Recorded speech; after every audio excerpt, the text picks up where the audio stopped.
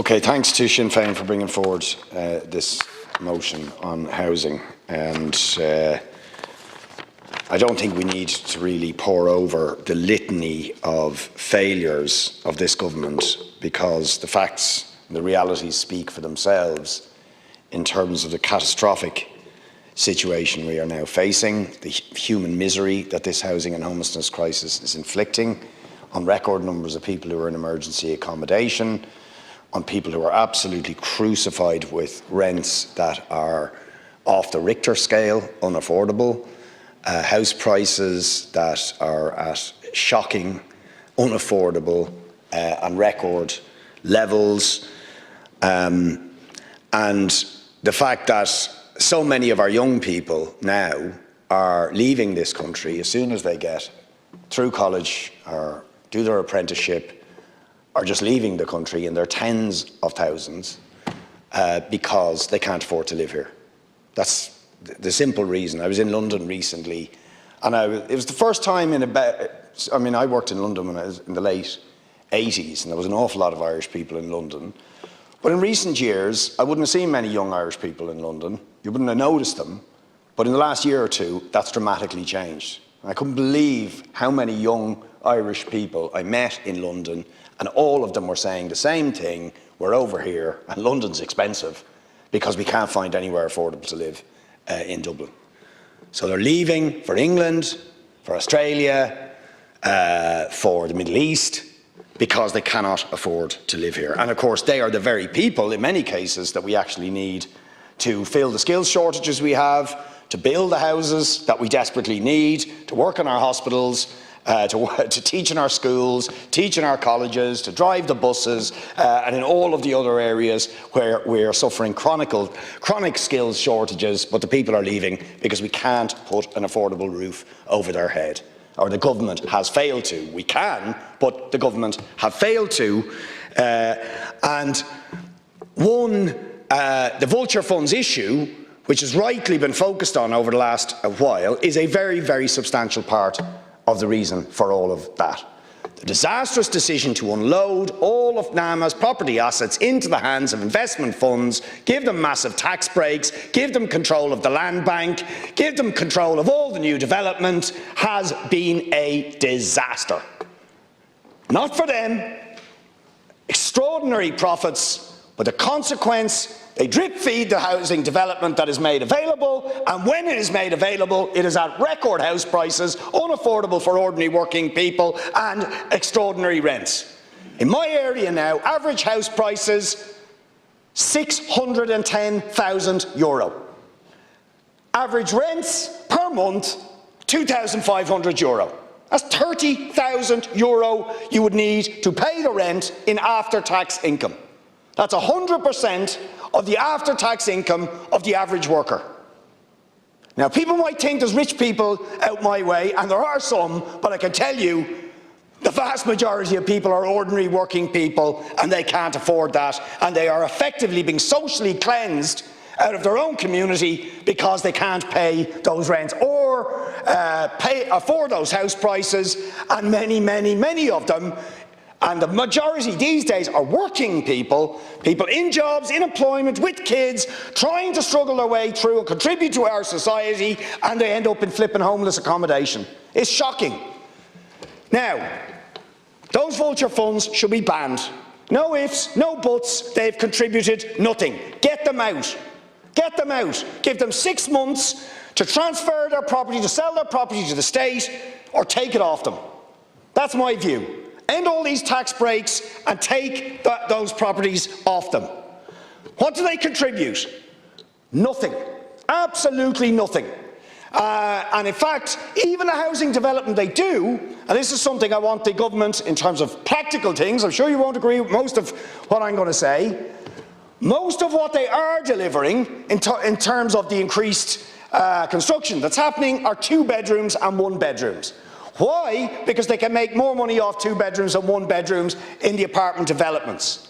What does that mean? We're seeing a very significant uptick in family homelessness. Because if you've got more kids, if you need 3 bedroom or 4 bedroom, nothing is being delivered. right? That needs to be addressed. And I guarantee you, if you look at an audit and you look at the trajectory of homelessness, we are getting more families, because while there is some, not enough by the way, increased delivery of 1 and 2 bedrooms, there is not the 3 and 4 bedrooms that we need for families. We also need to and this could be done, and we've put in a motion for the Planning and Development Bill. Currently, we get either 10 or 20% of every new development for social housing. 20% under the new regime that was brought in a while ago, 10 if it was before that. And by the way, the new Planning and Development Bill has diluted that obligation, because where it used to be you had to give a minimum of 20%, it is now saying a maximum of 20%. Why is that? That needs to be addressed. Now, I say it should be 50% or 60%. And is that radical off the charts? No. That's what they do in places like Vienna. What is the point, to put it sharply, in new developments delivering 80% that's unaffordable? Because that's the reality. If we're only getting 20% social and affordable, in the current market conditions, that means 80% of the developments are unaffordable for working people. Confirmed today by the Chartered Surveyors, but of course everybody knows it when you just look at the prices. That is pointless. Who can afford those? Only the investment funds. Only the investment funds. That's why they're buying them, because nobody else can. Or people are paying ridiculous prices, and we're creating the potential for the sort of crash we had before, where people are taking out mortgages they can't really afford. Right? So we need the state to ensure there's an obligation for at least 50%, I would say 60%, all developments, social and affordable, and that should be inserted into the Planning and Development Bill. A state construction company. That can't be done overnight, but we need it.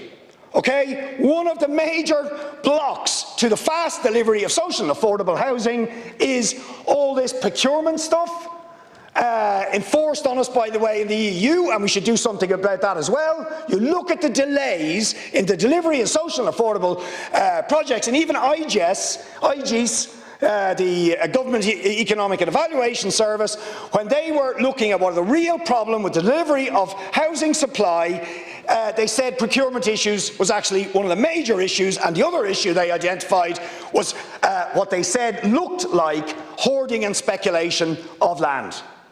That's what they said. Not problems with planning permissions, there's loads of planning permissions, but speculation land and procurement issues. Now, we need to short-circuit that. State construction company could do that, and I don't care if it breaks, Europe is breaking all its own state aid rules anyway at the moment.